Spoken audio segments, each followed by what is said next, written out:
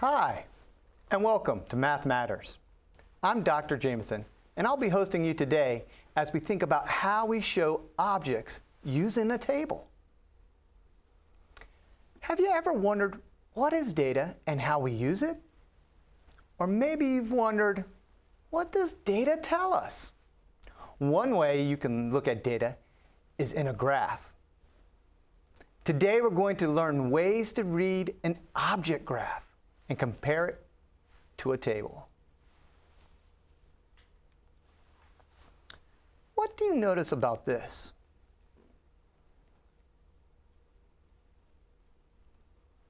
What are you wondering about? I noticed that there were two graphs there. I'm wondering, do they go together? The table on the left really shows tallies.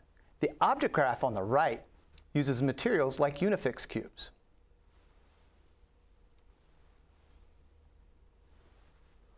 What do you notice? What are you wondering?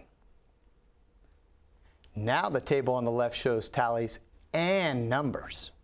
The object graph on the right uses materials like Unifix cubes.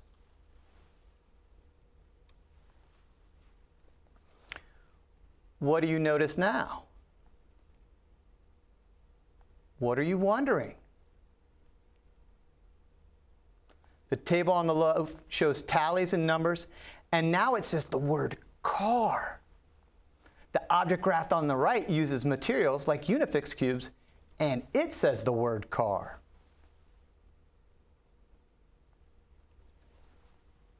What do you notice now? What are you wondering about? The table on the left shows tallies and numbers, and now it says the word walk, bus, and car. The object graph on the right uses materials like Unifix cubes, and it says the words walk, bus, and car.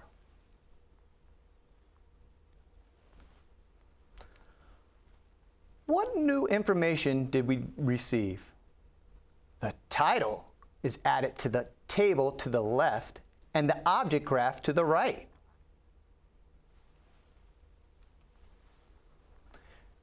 Graphs are a way for us to collect data. Graphs can show us how often something happens. Object graphs are graphs that use concrete material to represent the data that we collect. At the top of the table, you can see the title, How We Get to School. On the left column, it shows you ways we get to school. We can get to school by walking, riding a bus, or riding in a car. Now take a moment to look at the table and the graph. What is the same but different?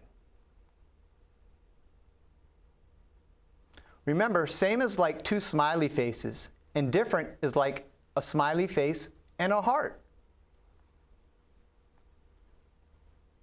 Did you notice that both the table and the object graph shows how we get to school? The table's different because it has tallies and numbers. The object graph is different because it uses a cube for each student. Now take a moment to count how many students are in our class.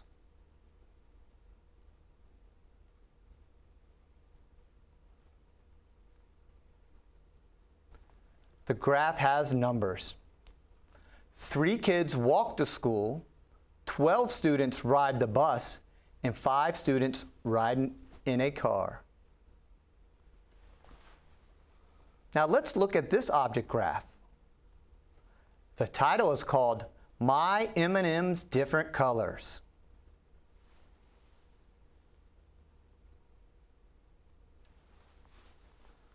Object graphs are a way to show data. We can record data using objects. What is one question you have about graphs?